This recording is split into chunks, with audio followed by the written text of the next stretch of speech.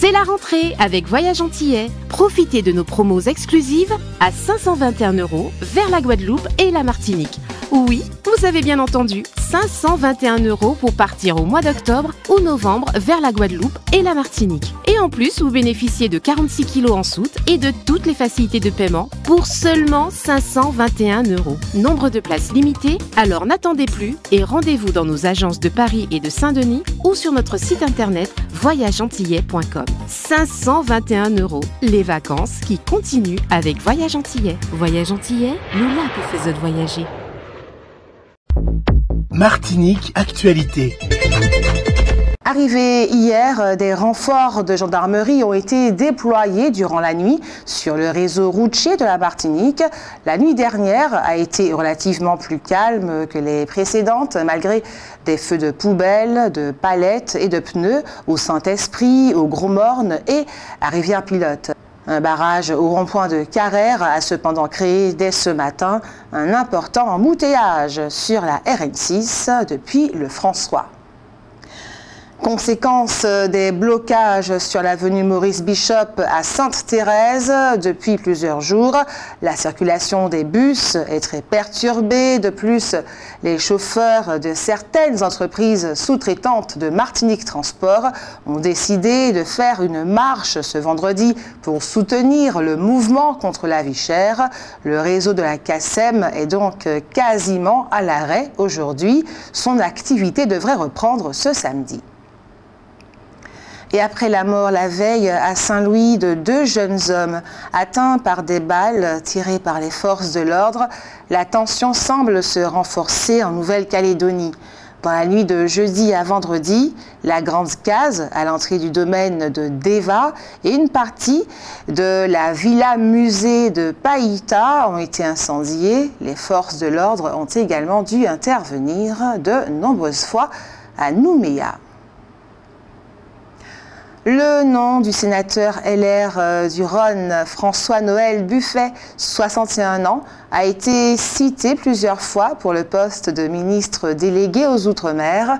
Président de la commission des lois du Sénat, il s'est farouchement opposé au mariage pour tous. Il a également dirigé une mission d'information sénatoriale en 2022 à l'issue du 3e référendum sur l'avenir de la Nouvelle-Calédonie.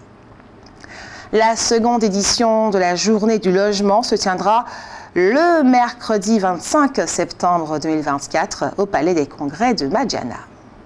Cet événement gratuit réunit plus de 30 organismes et professionnels de référence, ODE, Action Logement, ADEME, ARS, EDF, CAF, GIP, Indivision, Chambre des notaires, etc.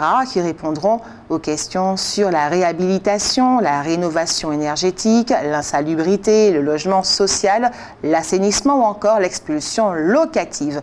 L'accent sera mis cette année sur l'indivision et sur l'adaptation des logements au vieillissement avec un nouveau dispositif. Au programme, conférences et entretiens, il est conseillé de s'inscrire sur le site en précisant la thématique qui vous intéresse.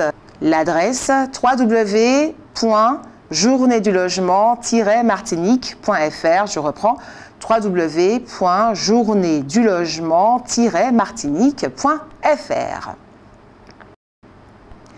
3 enseignes Lynx Optique, Général d'Optique, Chris proposent aux parents de faire effectuer gratuitement un dépistage visuel à leurs enfants. C'est évidemment une opportunité que les parents ne manqueront pas de saisir. En tout cas, il faut l'espérer. Depuis ce vendredi et jusqu'à lundi, la quasi-totalité des laboratoires d'analyse médicale sont fermés pour cause de grève. Les biologistes reprochent à la Caisse nationale d'assurance maladie d'avoir trahi un accord signé en juin 2023 en décidant sans concertation préalable et en l'absence de gouvernement de réduire de 9% les tarifs des actes à compter du 11 septembre. Notons que la demande d'analyse biologique est en forte augmentation. La députée de la 2e circonscription de la Réunion, Karine Lebon, alerte sur la diminution de 200 millions d'euros constatée dans le budget prévisionnel octroyé à la mission Outre-mer du projet de loi de finances 2025 par rapport à 2024.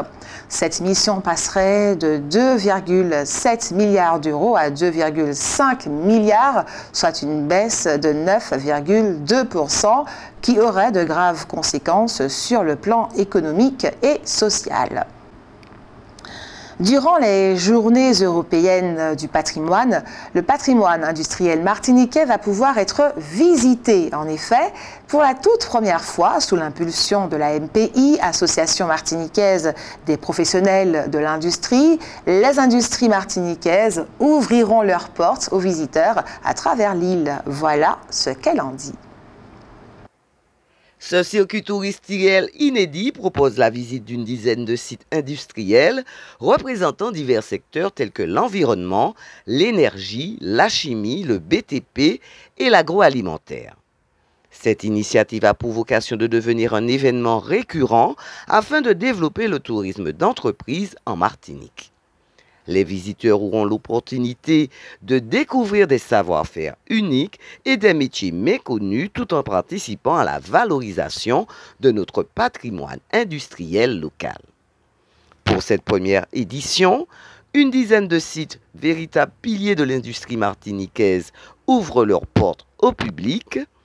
Batimat Recyclage, Oldex Environnement, Sarah, Albioma, EDF Bellefontaine, Sablière de Fond-Canonville, SECPA, Lafargue Ciment Antillais, Tréfima, Biométal, Caribe Motet, Meunier des Antilles, Sommes et Procap.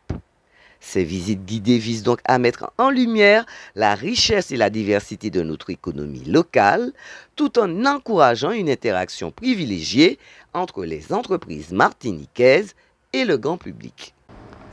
Après la mort la veille à Saint-Louis de 2 jeunes hommes atteints par des balles tirées par les forces de l'ordre, la tension semble se renforcer en Nouvelle-Calédonie. Dans la nuit de jeudi à vendredi, la Grande Case, à l'entrée du domaine de Deva et une partie de la villa-musée de Païta ont été incendiées. Les forces de l'ordre ont également dû intervenir de nombreuses fois. À Nouméa. Le Conseil régional de l'Ordre des experts comptables organise la 8e édition du Forum des associations qui se tiendra le 26 septembre 2024 à l'amphithéâtre de l'Institut martiniquais du sport. Cet événement constitue selon lui un atout pour les professionnels du secteur de l'économie sociale et solidaire. Le secteur associatif est en effet, on le sait, un pilier essentiel de la vie économique et sociale tant en France hexagonale que dans ses régions ultrapériphériques. Or, les experts comptables et les commissaires aux comptes jouent un rôle clé pour accompagner les associations à naviguer dans un environnement complexe et en constante évolution. Ils apportent un soutien essentiel aux associations pour maintenir leur activité et poursuivre leur mission. Dans cette édition du Forum des associations, il sera question essentiellement de 2 problématiques. La première, c'est la cybersécurité. C'est aujourd'hui un enjeu important pour les associations, souvent la cible d'attaques cybercriminelles. Elles peuvent être victimes de vols de données sensibles, d'usurpation d'identité ou encore de fraude financière. Et vous avez sans plus attendre la parole, c'est l'heure de votre avis compte. Alors à votre avis, les actes de violence que connaît la Martinique depuis quelques jours sont-ils commis par des voyous qui profitent de la situation ou par des membres du RPRAC de Rodrigue Petitot? Nous vous écoutons.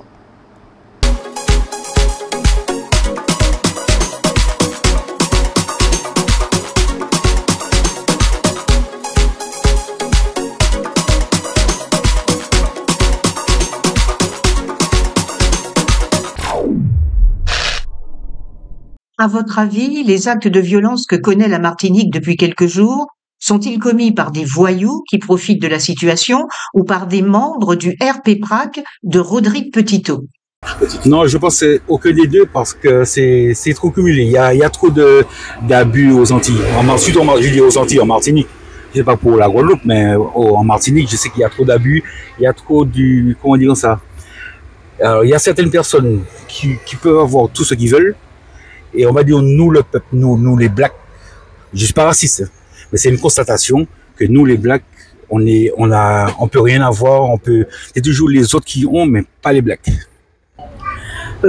Très franchement, je pense que la violence qui est là aujourd'hui, c'est dû à tout ce qu'on a déjà subi et qu'on continue de subir.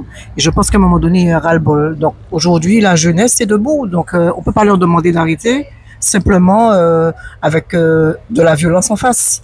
Et on sait très bien qu'à chaque fois qu'il y a de la violence, c'est parce qu'il y a de la violence en face que les jeunes réagissent par la violence aussi. Ce ne sont pas les voyous, ce n'est pas le RPRAC non plus. Il y a une manipulation qui se fait au niveau des plus haut placés. Donc, il y a peut-être des voyous. Les voyous sont payés pour les autres. Il faut pour les autres. À votre avis, les actes de violence que connaît la Martinique depuis quelques jours sont-ils commis par des voyous qui profitent de la situation ou par des membres du RPPRAC de Rodrigue Petitot? Non, ça m'étonnerait que ça vienne du R.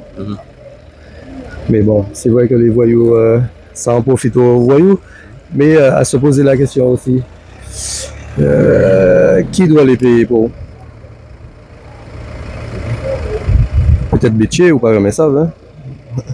C'est dans leur philosophie aussi.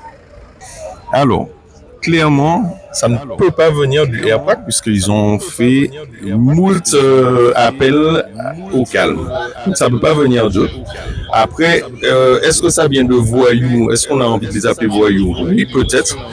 Pour moi, je dis que ce sont des jeunes qui n'ont plus rien à perdre aujourd'hui et qui sont désespérés, qui n'ont même plus peur de la prison. Donc, voilà. Prison, pas prison, ça revient au même pour eux. Ils sont déjà en prison au quotidien. Il n'y a pas de violence, il y a une seule violence, c'est celle de ce système entretenu par le préfet et par les politiques qui refusent de prendre leurs responsabilités. En fait, ce sont des mercenaires du système colonial. Maintenant, il ne faudrait pas mettre la légitime riposte des Martiniquais, quels qu'ils soient, et quelles que soient les raisons qui vont brûler les barrages ou bien.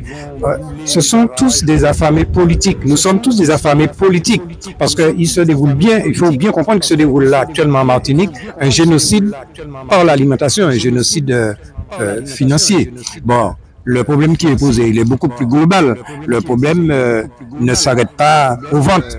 Il y a les banques qui n'en prêtent pas aux faciès, qui n'en prêtent pas aux Martiniquais. Bon, il y a des problèmes de fond majeurs. Et ça, les politiciens, qu'ils soient députés, qu'ils soient sénateurs, ils ne vont pas aller au fond de ces questions-là.